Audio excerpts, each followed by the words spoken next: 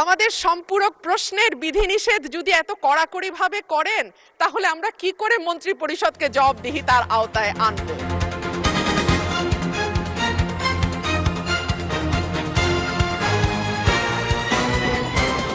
যখন brute majority দেখেছি সেটা পরিণতি খুব ভালো হয়নি মাননীয় স্পিকার। সে কারণে আমি বিনীতভাবে বলি, আমাদের সম্পূরক প্রশ্নের বিধিনিষেধ যদি এত কড়াকড়িভাবে করেন তাহলে আমরা কি করে মন্ত্রী পরিষদকে জবাবদিহিতার আওতায় আনব? মাননীয় সদস্য, এটা এই অবস্থান থেকে করা হয়নি। We are abide by the rules and regulations of the parliamentary procedure, and I am hereby to declare that I cannot go beyond the procedure. I understand মাননীয় স্পিকার, কিন্তু তারপরেও একটু যদি উদার হই তাহলে বোধহয় ভালো হয়। আমাদের মাননীয় স্বরাষ্ট্রমন্ত্রী উনি অত্যন্ত দক্ষ যোগ্য ব্যক্তি, উনি সংবিধান যেমন ভালো জানেন, আমি নিশ্চিত উনি ওনার মন্ত্রণালয়ের ব্যাপারেও অনেক বেশি জানেন।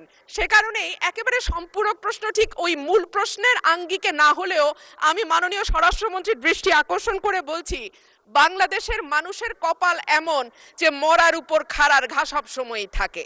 দীর্ঘ 15 বছর গুম, বিচার বহির্ভূত হত্যা, হেফাজতে নির্যাতন, নেতাকর্মীদের ধরে নিয়ে গিয়ে পা ভেঙে ফেলা, অসুস্থ করে দেওয়া, এই কালচার ছিল।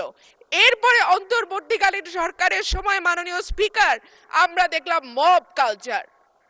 2024-এর সেপ্টেম্বর থেকে 2026-এর জানুয়ারি পর্যন্ত মাননীয় স্পিকার আমাদের যেই পরিসংখ্যান সেটা বলছে যে 250-300-র উপরে মানুষ নিহত হয়েছে এই মবের খপ্পরে পড়ে।